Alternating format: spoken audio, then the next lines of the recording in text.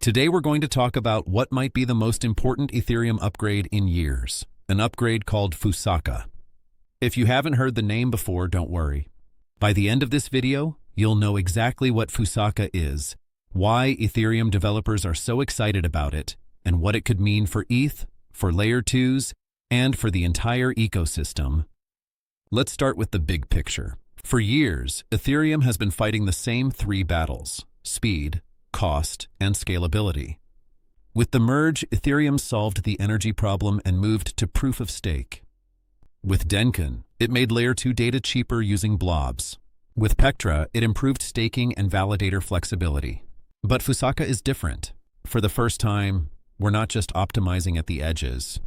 We're looking at a package of changes that directly upgrades Ethereum's raw capacity, makes Layer 2s more scalable, and keeps the network secure and decentralized at the same time.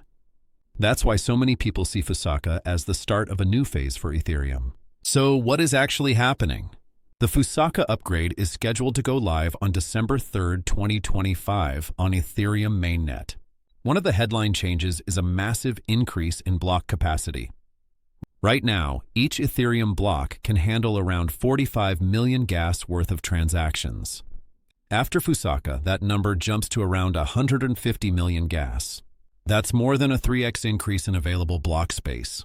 In practice, that means more transactions per block, less congestion during peak times, and more room for DeFi, NFTs, and rollup data to coexist without constantly fighting for gas. If you've ever tried to swap tokens or mint an NFT during a busy moment and watched gas fees explode, this upgrade is designed to ease that pain. But just raising the gas limit is the simple part. The real magic is in how Ethereum makes this sustainable. This is where PeerDAS comes in, short for Peer Data Availability Sampling. Up to now, every full node on Ethereum has had to store and verify all the relevant data.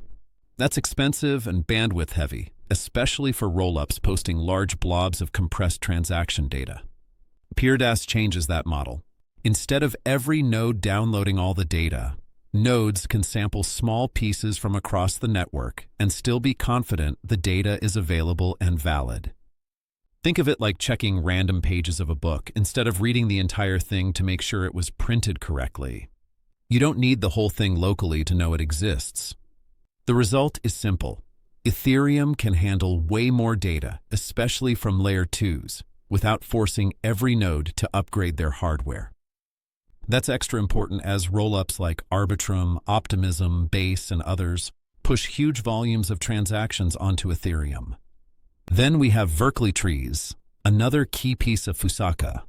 Today, Ethereum uses data structures that work, but they're not as compact as they could be. Verkle trees are a more advanced way of organizing and proving state. They allow Ethereum nodes to verify the state of the chain using much smaller cryptographic proofs, which cuts down on both bandwidth and storage requirements. In other words, running a full node becomes lighter. That's a big deal for decentralization. If it's easier and cheaper to run a node, more individuals, not just big entities, can participate in securing the network. Ethereum stays fast, but also trustless and decentralized. Now, whenever you see bigger blocks and more data, you should immediately think, what about security? What about attacks? Fusaka doesn't ignore that. The upgrade includes a set of Ethereum improvement proposals, EIPs, that put clear limits on how much gas a single transaction can use, how large a block can be in terms of data, and how some heavy cryptographic operations are priced. The goal is to prevent someone from constructing a pathological transaction or block that overloads clients or slows down block propagation. At the same time, the upgrade introduces changes to the blob fee market, so Layer 2s can't spam the network with essentially free data. There's a minimum reserve fee that ensures blobs always carry some cost, aligning incentives between Layer 2s and the base layer. So we have more capacity, smarter data handling, and guardrails to keep everything stable.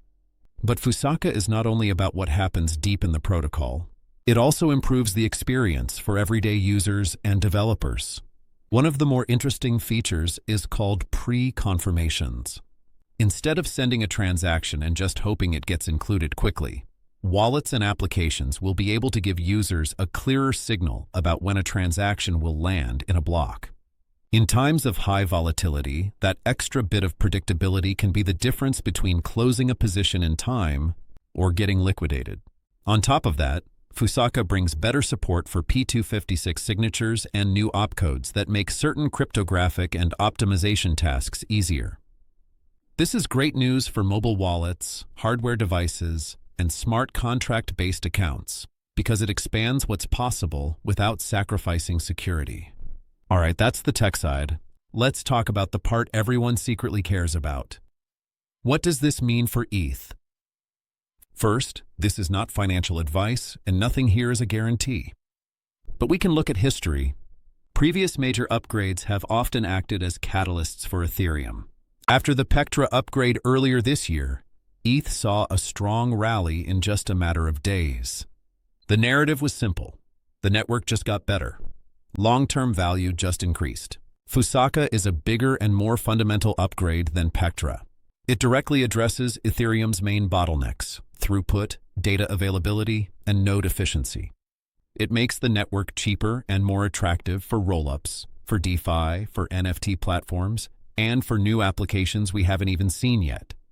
If you're a long-term investor, that's exactly the kind of thing you want to see. More users, more activity, more reasons to hold and use ETH. On-chain, we've already seen signs that the market is paying attention. Staked ETH has been trending up, Layer 2 activity has been climbing, and Ethereum still dominates in total value locked across DeFi. Fusaka doesn't create that trend from scratch, it amplifies it. Of course, big upgrades are never zero risk. There's always a chance of unexpected bugs, short-term volatility, or temporary disruptions. That's why the Ethereum Foundation has been running multiple testnets, stress tests, and a multi-million-dollar bug bounty leading up to December 3rd. The aim is simple: make the transition as smooth as possible. So, where does that leave us? Fusaka is more than just another hard fork. It's Ethereum saying, we're not standing still. We're scaling, carefully but aggressively. Higher capacity, smarter data, stronger security, better tools for users and builders. If Ethereum wants to remain the base layer of the decentralized economy, it has to evolve. Fusaka is one of the biggest steps in that evolution. If you found this breakdown helpful, make sure to hit the like button, subscribe to the channel, and turn on notifications so you don't miss our next deep dives on Ethereum, Bitcoin, and global liquidity. Now I want to hear from you. Do you think Fusaka is a real game changer for Ethereum? Or is the market underestimating or overestimating this upgrade? Drop your thoughts in the comments below. Thanks for watching, and I'll see you in the next one.